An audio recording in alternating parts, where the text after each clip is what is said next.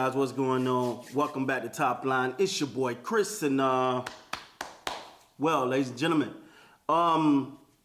continue to talk about a lot of the things that I've been focusing on with the Toronto Raptors. And one of the things I think one of the key decisions the Toronto Raptors have to make, and I think this is the time right now. What is your plan for that guy? Right? What's your plan for OG Anunoby, man?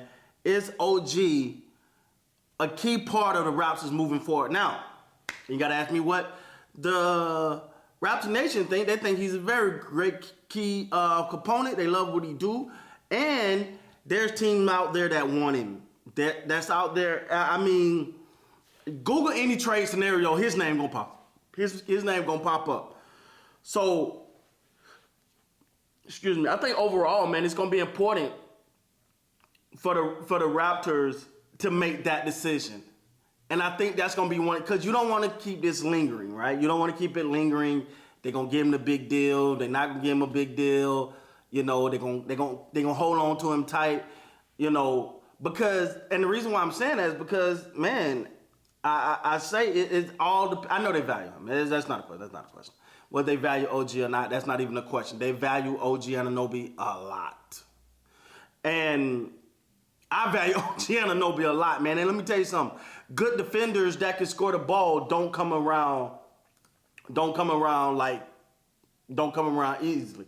Last year he averaged 16 points a game, 38% from three, and that, I think people forget that part. When it comes to OG Anunoby, 38% from the three, I think people forget that part.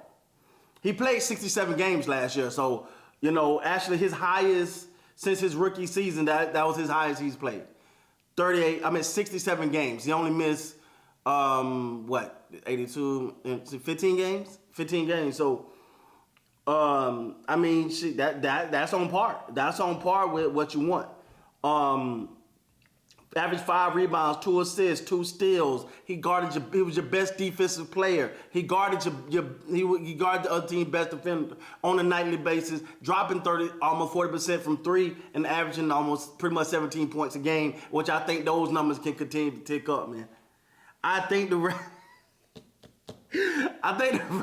I don't know, man, because the bag, man, the bag. You know what I'm saying? The bag. That's gonna be key for OG. Let me see OG, because I don't remember his contract situation right off the top of my head. OG signed a 4-year, $72 million deal. He got a player option next year, and then in 2025 he's an unrestricted free agent. The decision is now, man. The time for the decision now, and by all accounts, he loved being in Toronto, right? Like by all accounts. I have not heard nothing of the contrary. I've heard nothing that said he's not happy. Well, there was a report last year that came out saying he wanted a more significant role, blah, blah, blah, blah, blah. But he loves playing in Toronto, and you have to make that decision now. You can say, well, you don't have to make the decision this year. You can play this season out and then see what you want to do next year. No. This ain't the type of guy, because you don't want him to walk away. That player option for 19 that he got in 2024, 25, oh, that's light work. He gonna get that with the quickness. He gonna get that fast. So that, if it ain't the money, he probably gonna go. You don't want to be in a situation where it's like somebody over here offering him the bag. You know what I'm saying? Yeah, he might want to be there, but how do you turn down an extra 15 mil? You know what I'm saying? You know what I'm saying? I'm just throwing a number out there, but yeah, how do you throw down an extra 15, 20 million that somebody else can maybe want to give you? Because his trajectory is high, man. He's up there. I mean, he just is been on a last year. Let's see. Rookie season averaged 5 points. Second season 7 points. Third season 10 points. Fourth season averaged 15 points. Next season he averaged 17 points. This year averaged 17, pretty much 17 points a game. Again, 3-point percentage up. He's getting better now. He had a good season 2021 from the 3-point line, but he only played 43 games. 43 games. This year, he averaged 39% from the 3 place, the second most games of his career. The numbers are trending up. He's still a young player. He's a great two-way player. How you know sign this guy? Like you got to find a way to make that happen. I think with Steady Freddy out of the mix now, pretty much. And I'm not saying this for a conclusion, but I think he's pretty much out of the mix now. It's all eyes on OG for me. Cause Scotty's locked up. Scotty's locked up. Blank check. You know what I'm saying? You got OG is key right now because two-way players don't come out of nowhere, man. Two-way players like that don't grow on trees. Those are the most coveted players a guy that can go shoot you damn near 40 from the three and lock down the other team defender. You don't find that. You either get one or the other a lot of times. Like, oh, he's a great defensive player, but he can't really score. He's a great scorer, but can't play defense.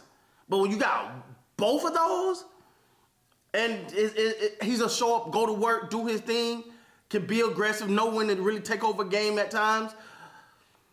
I think you make the move, man. I think you'll get it. I think you gotta lock him in. That's my opinion, man. I'm not letting him walk out those doors because I can't promise you're gonna get another in return. I can't promise you're gonna get another in return. He was sought after during the trade deadline. He sought after again as the offseason started to ramp up and free agency kicks off and all these trades. You got a draft coming. Oh, people hitting that line. That hotline is blinging for OG. All right. If you're the Raptors, you gotta look down. You gotta look down and say, what direction is this team? Scotty Bourne, put him in there. But I guess the real question is, I ain't gonna say that. I want to say it's Pascal or OG because I think you can make them both work. I want to look at Pascal stats as well because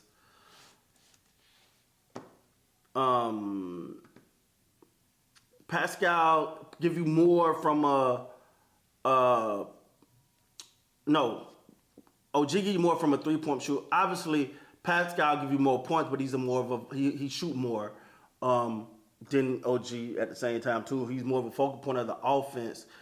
I mean, man, it is a tough one because for one, you can't give both guys max money. But that's the thing. I don't know if people are giving. I don't know if OG is demanding max money. You know what I'm saying? Let's see salary here. Pascal, he's an unrestricted free agent after next season.